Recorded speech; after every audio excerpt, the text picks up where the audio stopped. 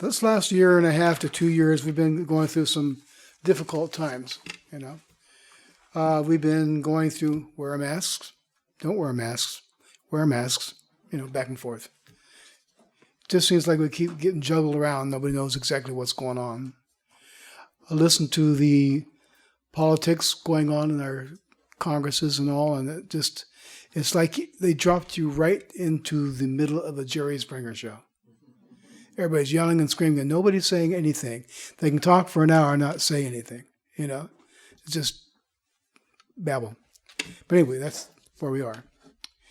Today, we live in a society where everything we do or think is supposed to be politically correct or not. It's politically correct for whatever side's giving the message.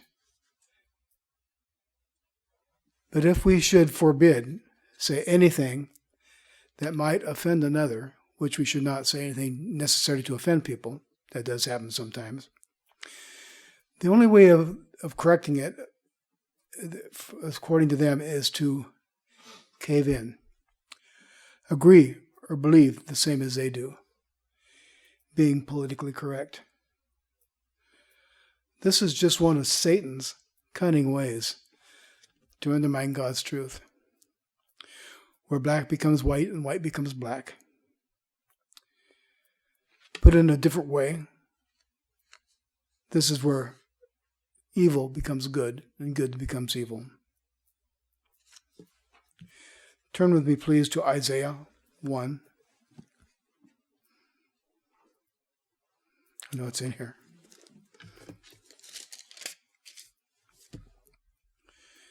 Verse 2. Hear, O heavens, and give ear, O earth. For the Lord has spoken. I have nourished and brought up children, and they have rebelled against me. That's where we are today. They're rebelling against God.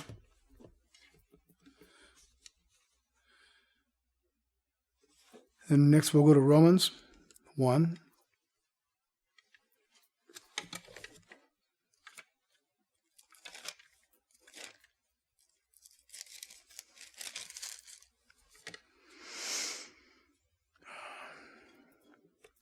(28 to 32).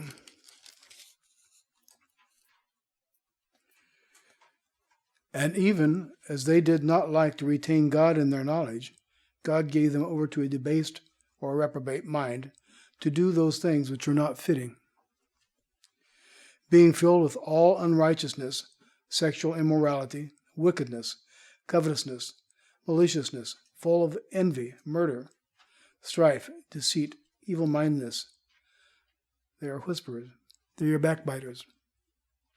Haters of God, violent, proud, boasters, inventors of evil things, disobedient to parents, undiscerning, untrustworthy, unloving, unforgiving, unmerciful, who know that the righteous judgment of God, that those who practice such things are deserving of death, not only do the same, but they approve of them. You see people out here, they'll see things going on that shouldn't be going on. But they just accept it. It's okay. You can't do that.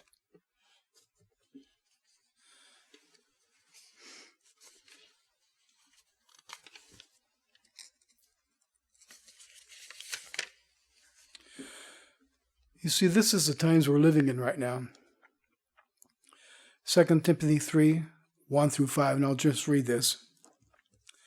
But know this, in the last days, perilous times will come, for men will be lovers of themselves, lovers of money, boasters, we hear a lot of that, proud, blasphemers, disobedient to parents, unthankful, unholy, unloving, unforgiving, slanderers, without self-control, brutal, despisers of good, traitors, headstrong, lofty, lovers of pleasure rather than lovers of God.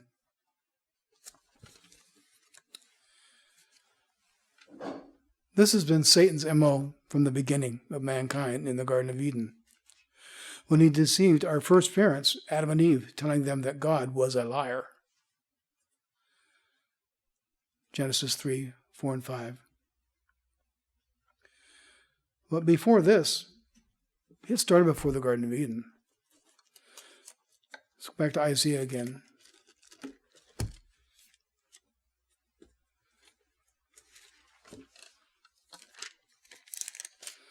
Chapter 14, 12 to 14. Oh, how you are fallen from heaven, O Lucifer, son of the morning, how you are cut down to the ground, who weakened the nations. Our nations are getting weaker and weaker. We're losing our clout, if you want to call it that. Nobody looks up to us anymore. For you have said in your heart, this is Satan, I will ascend into heaven. I will exalt my throne above the stars of God. I will also sit on the mount of the congregation on the furthest sides of the north. I will ascend above the heights of the clouds. I will be like the Most High. He wants to replace God.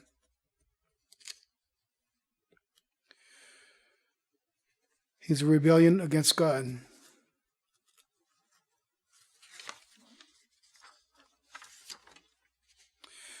Since that initial meeting in the Garden of Eden, mankind has tried to do things their way, contrary to the laws of God. Let's go back to Romans again.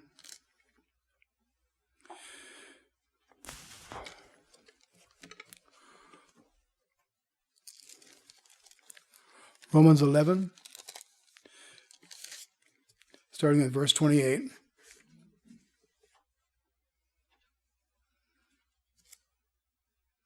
Let's see if I get the right place.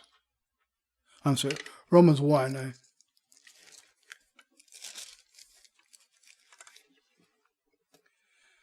And even as they did not like to retain God in their knowledge, God gave them over to a debased mind. I already read that. When the ancient Israelites were delivered out of the captivity where they were in Egypt, God gave them a set of rules that if they obeyed them, they would be blessed, and if not, they would be cursed. You can find all these in the Deuteronomy 28. I suggest that between now and Passover, which is a couple months away, you'd read these, and study them. It tells us this in Deuteronomy 8, verses 1. It says, Now it shall come to pass, if you diligently obey the voice of the Lord your God, to observe carefully all his commandments, which I command you today, that the Lord your God will set you high above the nations of the earth. There was a time when the United States was very exalted as far as the countries in the world. They're not anymore. People look down on it. They almost look at us with disdain, because we're not living like we should be. The immorality in this country is getting almost out of hand.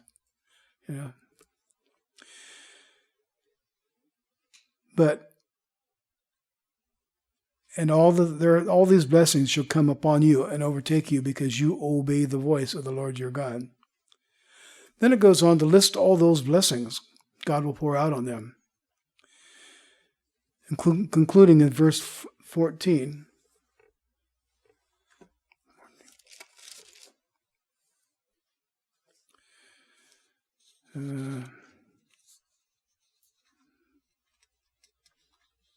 Lost my place here.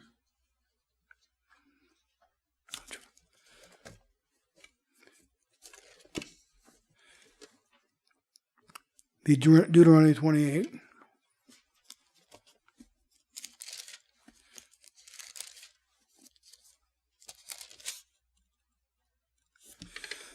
So you shall not turn aside from any of the words that I command you this day, to the right or to the left, to go after other gods to serve them. It shall come to pass, if you do not obey the voice of your Lord, your God, to observe carefully all his commandments and his statutes, which I command you today, that all these curses will come upon you and overtake you. And then he lists the many curses.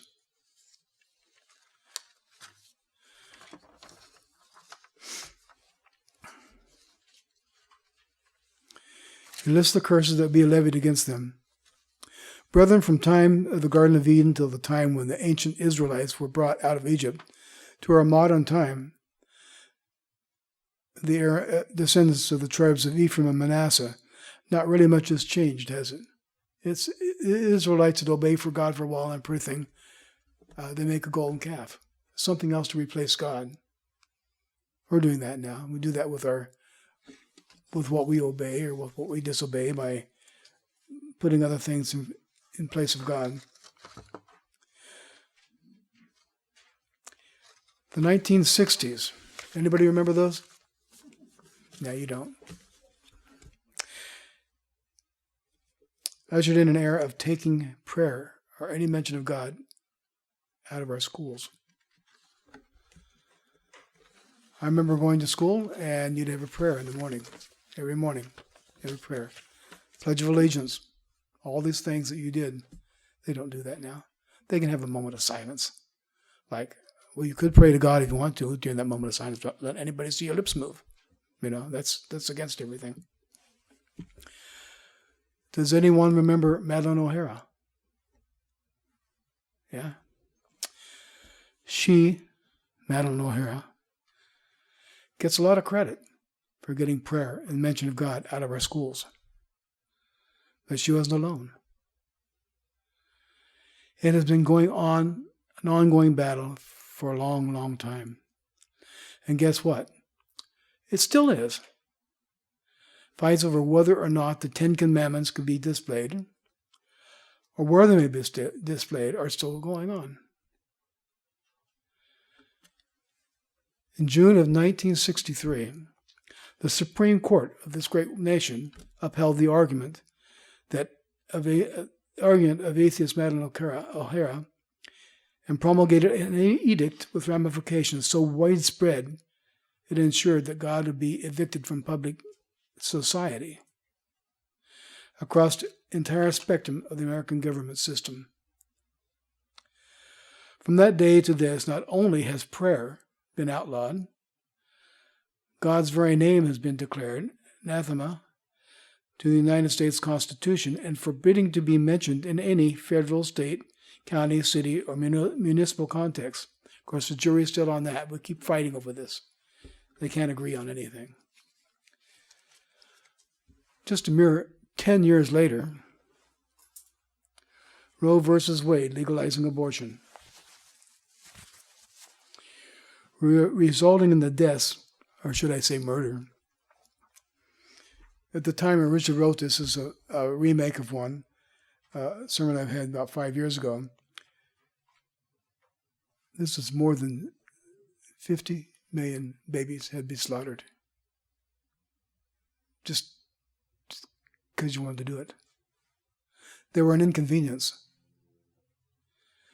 I was just looked up yesterday or day before that a number has moved from 50 million in 5-6 years to 62 million in that short a time. What's that tell you? This is more than the population of the states of New York and California combined by about 2 million people. That's incredible. It gets even better, actually worse. Just as short as 5 years ago, about 6 years ago, the Supreme Court deemed marriage between same-sex couples legal in all of the United States. They're really not united. But yet, again, forced to conform to the politically correct that if they are offended, you must lay down, roll over, and play dead. And accept this lifestyle, like it or not. You have companies that were sued because they would not make a wedding cake for a gay couple. They got sued. The gay couple could have went somewhere else and got the cake. Somebody else would have been happy to get their money. But this is a society we're living in today. Are we going to follow suit? Follow man or follow God?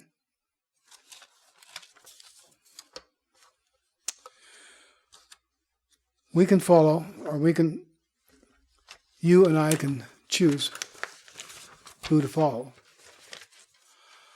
Are we going to live our path of life? How are we going to conduct ourselves?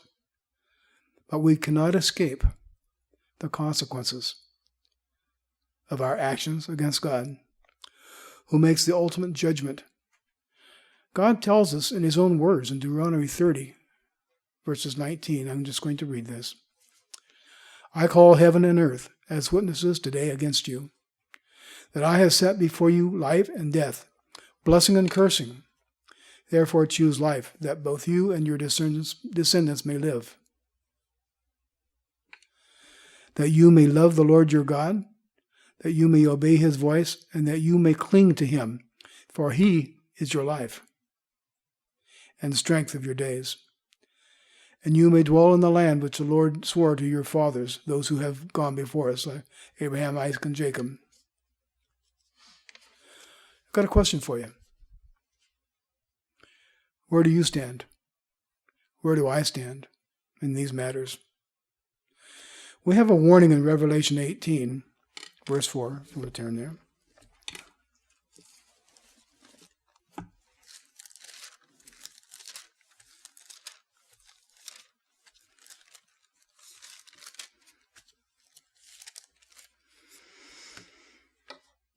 And I heard another voice from heaven saying, Come out of her, my people, lest you share in her sins, unless you receive her plagues. For her sins have reached to heaven, and God has remembered her iniquities.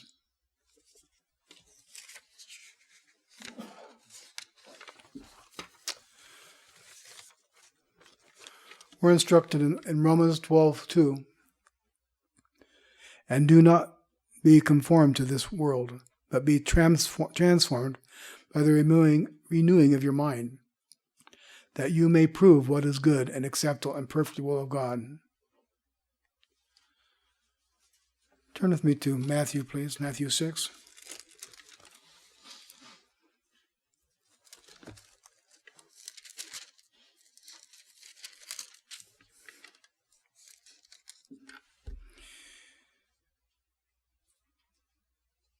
Matthew 6:11. We ask for favors from God in what is considered the Lord's Prayer, beginning in verse 11. Give us this day our daily bread, and forgive our debts as we forgive our debtors. And do not lead us into temptation, but deliver us from the evil one. For yours is the kingdom and the power and glory forever. Amen. Then in verse 33, but seek first the kingdom of God and his righteousness, and all these things shall be added to you. We think of these things, food, clothing, all those things we need, but he knows we need all those. If you would, please turn to me, Galatians 5.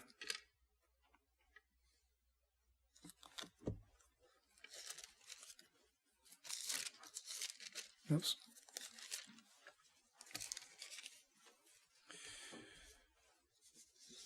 It's more spiritual food that we need. Galatians 5, beginning of verse 16. We receive these things. It says, I say that, walk in the Spirit, and you shall not fulfill the lust of the flesh. For the flesh lusts after the Spirit, and the Spirit against the flesh. And these are contrary to one another, so that you do not do the things that you wish. But if you are led by the Spirit, you are not under the law. Now the works of the flesh are evident, which are adultery, fornication, uncleanliness, lewdness, idolatry, sorcery, hatred, contentions, jealousies, outbursts of wrath, selfish ambitions, dissensions, heresies, envy, murders, drunkenness, revelries, and the like, of which I tell you beforehand, just as I told you in time past, that those who practice such things will not inherit the kingdom. You can't do those and inherit the kingdom of God. But this is what the latter part of Matthew 6 was. You receive the Spirit of love, joy, peace, long-suffering or patience, kindness, goodness, faithfulness, gentleness, self-control. Against such there is no law.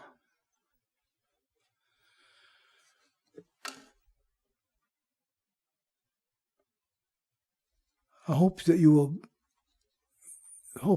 know where you stand. You stand on the side of God, you stand on the side of Satan. I hope that you will continue to reflect on this. This is Joshua, chapter 24, the latter part of 15. As for me and my house, we will serve you, Lord, forever. And brethren, continually pray your kingdom come, your will be done on earth as in heaven. And again I ask, how long, Eternal, till you come?